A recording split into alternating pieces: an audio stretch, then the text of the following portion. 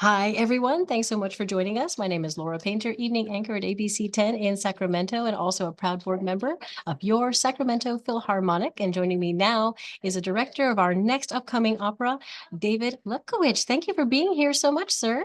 Thanks so much for having me. Yeah, welcome to Sacramento. We are so excited for this opera here. Tell us about the composer and a little bit about the background here.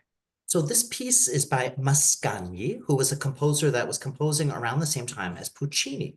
And this opera is often done as a double bill, the first half of the double bill, with the second half being Leoncavallo's Pagliacci. And so often, even though these pieces weren't created to be performed together, they share a similar structure and a similar amount of chorus, a similar amount of principles. So they often get put into one evening. But recently, we've started to divide the two up and let them live on their own. I've directed Pagliacci on its own, and now this is the second time that I've had the opportunity to take Cavalleria Rusticana out of the double bill and into its own evening. And thank goodness, because it really does so beautifully on its own. What a treat to if you had them both together. Oh my goodness. Wow, the audiences of the time would have just been floored with the Well, emotion and the drama. yes, absolutely. And in the old days, we didn't have our cell phones and we didn't have, the internet and Instagram and things like that to distract us. So an evening of 3 hours of opera made a lot of sense.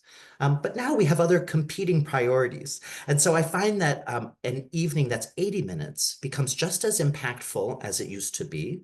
But now it gives us a really chance to focus and put all of our attention on this one piece and what this piece has to offer. That is so beautifully said. And I'm going to try and pronounce this. I don't speak Italian, but I feel like I can if I can nail this. Cavalleria Rusticana. Perfetto. Oh, we've Absolutely. got it. I love it. You had said that this opera is not for the faint of heart. Can you explain that, David? What do you mean? Yes, well, for me, this opera encapsulates all of the amazing things that make up the genre of opera. We have romance, we have passion, we have tragedy, we have giant epic chorus scenes, we have lush orchestras, we have people who are in need. And then when they are in need, they get to sing beautiful melodies about that need, about being in love or about being in a situation where that love is gone. So in a way, this opera is for everybody. Anyone could enjoy it. But I do say it's not for the faint of heart because there are some tragic elements. Not all of the characters make it to the end of the show, but I don't want to give anything away. But there is a tragic element. No spoilers, but with a dramatic Italian opera, I can kind of suspect where this may go. Some hearts may be broken, right? Not even some, hopefully everybody in the audience by the end. And with these performers, there will be no question about that. So talk to us more about the drama. So we know that the singers are wonderful, the musicians must be top notch, but also their drama skills. And you as a director must, help pull out their character and draw them into who they are going to be portraying. Can you bring us a little bit more up to speed and pull back the curtain on that process and some of your vision and working with the actors slash singers? Absolutely. So these performers are all incredible. They all are just as great as actors as they are singers. I think when this piece was first constructed and composed and performed, even in the 20th century, the expectation was very little for the singers in terms of movement and acting. They were basically asked to what was called stand and sing because the music was so difficult that they really just needed to think about creating that music, creating that vocal line, and making it work. But now our audiences want more, so we don't want someone just stand and sing. We want people to interpret the roles that they're performing and to really bring to life these characters of the past. So what you'll see is not something that feels like some boring, old-fashioned stand and sing opera, which I love those too, but you'll see a much more dynamic, visceral approach to the piece. The orchestra, instead of being in the orchestra pit, like is traditionally done, they're actually on the stage and become a focal high point for the audience to see. And around the orchestra and in front are where the performers go. So in a way, we've separated that distance between the audience and the show. And now the performers are that much closer to the audience. And so you won't just experience it. You won't just hear it. You'll be able to feel the passion that these characters bring to the table. You'll feel the sadness of Santuzza having her heart ripped apart by Turidu, the tenor. And what that makes for me is a really visceral evening where I'm not going to just sit back and relax. I'm going to sit forward and be gripped for this 80-minute score of intoxicating incredibleness. Oh, those are great descriptions and leaning in. Oh, I love that. I can't wait to be pulled into the drama of this story. Now, you mentioned the emotion and the acting. Bring us into the world of the set, the costuming, any of the aesthetics inspirations that you had. What can we expect? So the set's pretty simple. And in fact, when this piece was first done, it was often with very elaborate, very um, meaningful sets that had all the details in it. But what we wanted to do is actually strip a lot of that away. So we have the orchestra as our focal point, and then these platforms, these ramps that come around it, almost as if the orchestra is being hugged by the performers. And what that does is we're not focusing on anything but their emotion and their intensity. And what I love about that is there's nothing to distract. We're here to hear great music, see incredible theater, and be taken on this journey. And what the audience will see is actually going to be something that looks like themselves on stage. Our costumes aren't sort of a tied over from another century. We're actually in a more modern dress and a modern feel to the props and to the other elements that we use on stage.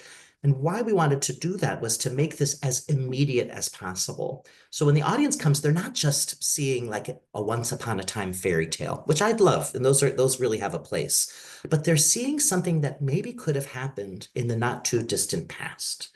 And why I love that is that it makes me as an audience member that much more excited to see people like me on stage and experiencing things that I've experienced too. It makes it relatable. And instead of just being sympathetic, I become an empathetic audience member. And my enjoyment level just rises so much more in that situation. David, let's expand on that. This was originally written and set around the 1900s, and now we're bringing it to our more contemporary time. What is it about the music, the story, the storytelling that makes it so relevant for nowadays? It's a great question. I mean, I think any great music is going to be great music. Doesn't matter what time period, what century we're in. I mean, I listen to music that was like the first operas ever composed, and I hear it and I don't feel like it's old. I just feel like it's something beautiful. So this is a real opportunity to sort of see an element of the past, but redressed in this modern context. And that would make, I'm so sorry, I've lost the train of this question. So can you give me that question Oh, yeah, again? no, just why do we keep coming back for more, Yeah. right? Yeah, why, what makes this story stand the test of time? Mhm. I think one of the things that makes it really stand the test of time is that you have this character of Santuzza. She's the heartbeat of our story. She has fallen in love with someone who promised themselves to her, and then he cheats on her with not only another woman, but another man's wife. So it's just painful because she genuinely loves him. And I think many people will be able to relate to Santuzza, having been in a place where they have real emotions that are unrequited. And something like that, even if it was 1900, 1800, 1700, 2025, we can all relate to that. We can all relate to that, the pleasure of finding that love in the first place and the pain when that love is taken away. And if you look at the other characters, there's a similar relatability to them. You know, even the tenor who's made this choice, Turidu, who's chosen to be with this other woman and not Santuzza, the one he promised himself to, that's something that can be relatable. Difficult choices are things that we as human beings face all the time. And this opera puts that out on display in front of us and lets us, without judging, just experiencing what that was like. And so, as an audience member, you'll go through a myriad of emotions, ups and downs, but ultimately, you'll be left with a little pain, but a whole lot of pleasure from that experience of going through those emotions with these people. And I think that really, to piggyback off of that, is really the magical moment, right, of live performance. Really, that human condition, all of us experiencing this together, each in our own way, even though we're seeing and hearing the same thing. It's just such a beautiful thing, and what a blessing to be a part of. And what a career you have. This is so amazing. I can't wait to see this latest production you have. But tell us about some of the other works that you've done and maybe how this kind of compares and the different approaches that you've taken over the years. Sure. Well, I've been opera directing now for over 20 years. I can't believe I can say that. I had a lot more hair when I was first starting in the business.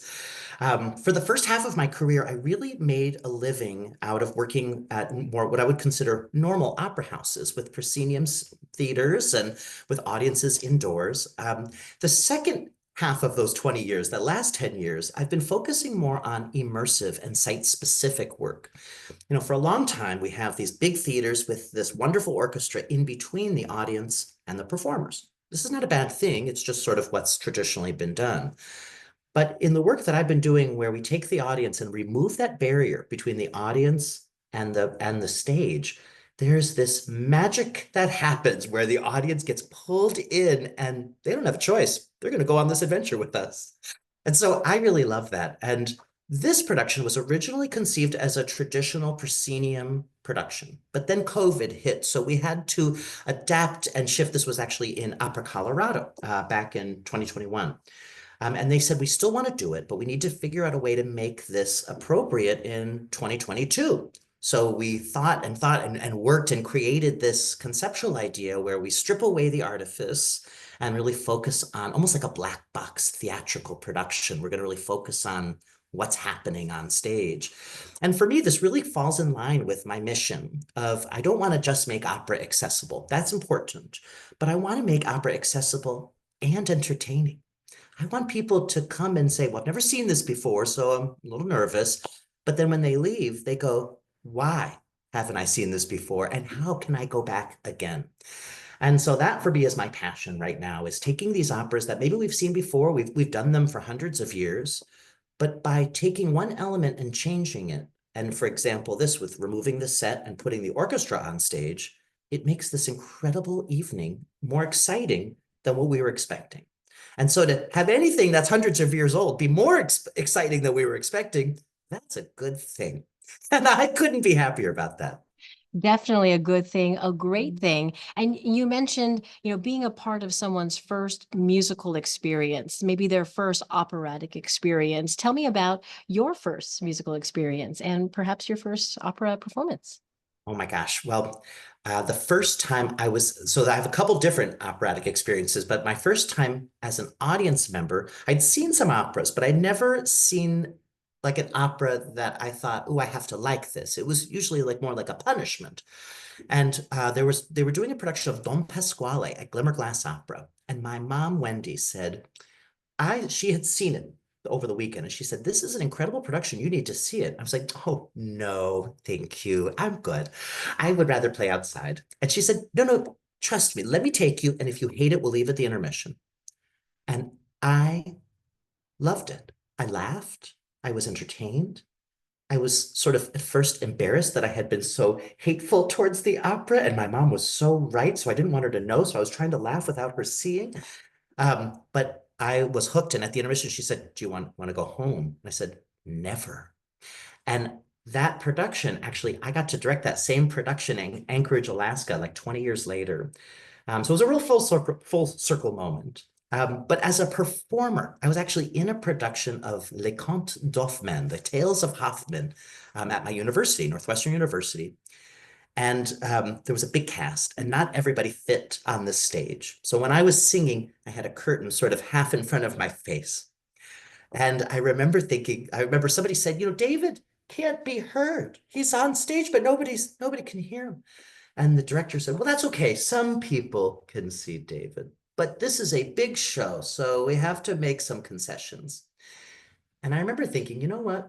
I'm going to do this for a living, and I'm never going to have somebody be off stage.